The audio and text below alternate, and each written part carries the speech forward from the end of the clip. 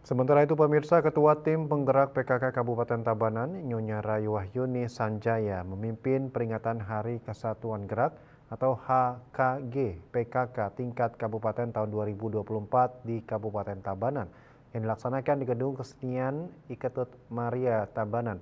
Kegiatan tersebut dihadiri langsung oleh Bupati Tabanan Iko Manggede Sanjaya, jajaran Forkompimda, Sekda, para asisten dan kepala perangkat daerah terkait di lingkungan pemerintahan Kabupaten Tabanan.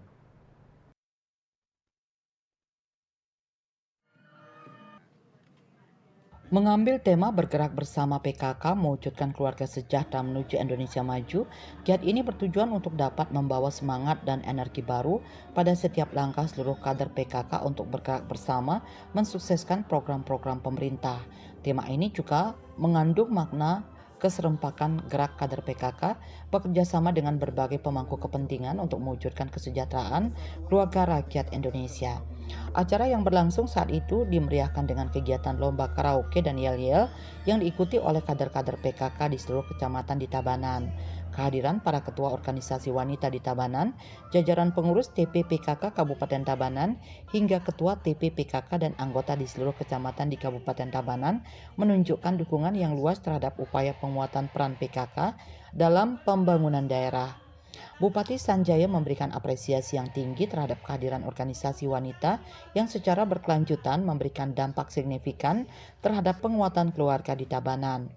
Sanjaya juga berharap ibu-ibu PKK sebagai pilar keluarga mampu berdiri kokoh untuk membangun kabupaten, provinsi, bahkan negara. Kabupaten Tabanan sebagai bupati dan sebagai pembina tim penggerak PKK selalu akan bekerja sama untuk bagaimana kita bersama-sama wujudkan visi-misi kita. Tabanan era baru yang aman di Ramadan ini artinya sejahtera. Itu kata kuncinya.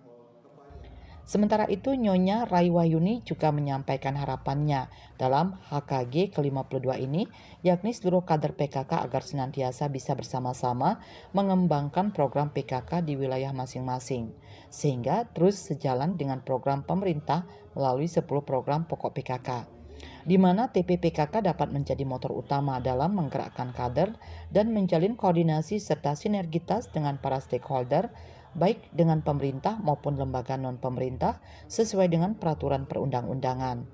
Untuk memperkuat hal tersebut, dikatakan Bunda Rai ada 3 hal yang perlu mendapat perhatian. Harapan saya agar bagaimana seluruh pengurus PKK dari tingkat pusat sampai ke keluarga lebih semangat lagi, lebih tergugah lagi untuk mengimplementasikan 10 program pokok PKK sehingga dari segala bidang 10 program pokok PKK itu bisa kita tangani secara lebih fokus, lebih semangat dan lebih baik lagi untuk kedepannya seperti itu.